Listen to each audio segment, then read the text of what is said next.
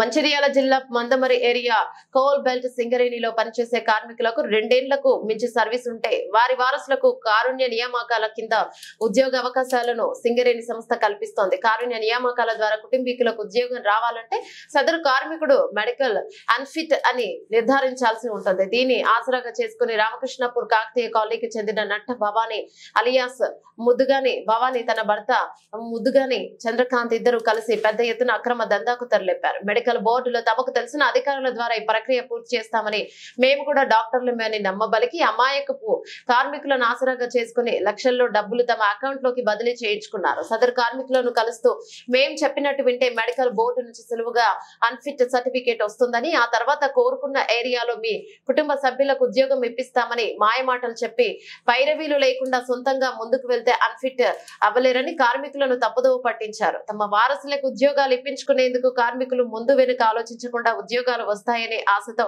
లక్షల రూపాయలను ముట్టజెప్పారు. ఇదే క్రమంలో భూపాలపల్లిలో మోసపోయిన కార్మికులు కామెర పోషంకి కేటికే పై ఇన్ఫెక్షన్లు 8 లక్షల మరియు వెంకటేశ్వర్లు కెటికే 1 ఇంక్లైన్ 3 లక్షలు, ముత్తరాజు పోచయ్య 6,90,000 రూపాయలు, మద్దుల కొండయ్య 4,40,000, షేక్ రంజీ 4 లక్షలు, మహమ్మద్ అజర్ 4 లక్షలు, చంద్రావతి 4 లక్షలు, అన్ని కలిపి 37 లక్షలు 30,000 రూపాయలు. ఇంకా బాధితులు ఎంతో మంది ఉన్నారు. గత నెలలో నట్ట భవానీ చంద్రకాంత్ ఇద్దరు కలిసి మోసాలు చేస్తూ వారికి పట్టుబడ్డారని ప్రముఖ దినపత్రికలు వచ్చిన వార్త కథనాన్ని చూసి వారు జైలు నుండి బెయిల్ మీద విడుదలై రామకృష్ణపూర్ లో నట్ట భవానీ ఇంట్లో ఉంటున్నారన్న విషయం తెలుసుకుని ఆదివారం ఉదయం భూపాలపల్లి నుండి భవానీ చేతిలో మోసపోయిన బాధితులు కొందరు వారింటికి చేరుకున్నారు.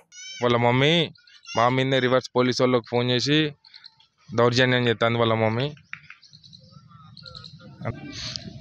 ఏమైనా కూడా మీ ప్రెస్ వాళ్ళతోటి మాకు న్యాయం జరగాలని చెప్పి కోరుకుంటున్నా. ఇంతకుముందు జతీష్ తమ్ముడు చెప్పింది 100% వాస్తవము. దానికి నేనే బాధ్యుడిగా, నేనే షూరిటీగా ఉన్నాను. వీళ్ళు ఇలాంటి మోసాలు ఇంకెన్నో చేశారు. ఇట్లాంటి అభ్యర్థులు భూపాలపల్లి నుండి కూడా చాలామంది ఉన్నారు. ఈరోజు నేను జతీష్ తమ్ముడితో సహాయం కోసం జతీష్ తమ్ముడితో రామకృష్ణపూర్ రావడం జరిగింది, నట్టభవన్ వాళ్ళ ఇంటికి. మేము ఇంటికి వచ్చి వాళ్ళ పేరెంట్స్ అడగగా వాళ్ళ పేరెంట్స్ ఏమంటున్నారంటే 100కు డైల్ చేసి మమ్మల్ని భయభ్రాంతులకు గురి చేసి మమ్మల్ని ఊరు నుంచి వెళ్ళగొట్టే ప్రయత్నం చేసి ఇంటి నుంచి రావద్దని చెప్పి భయపడుతున్నారు.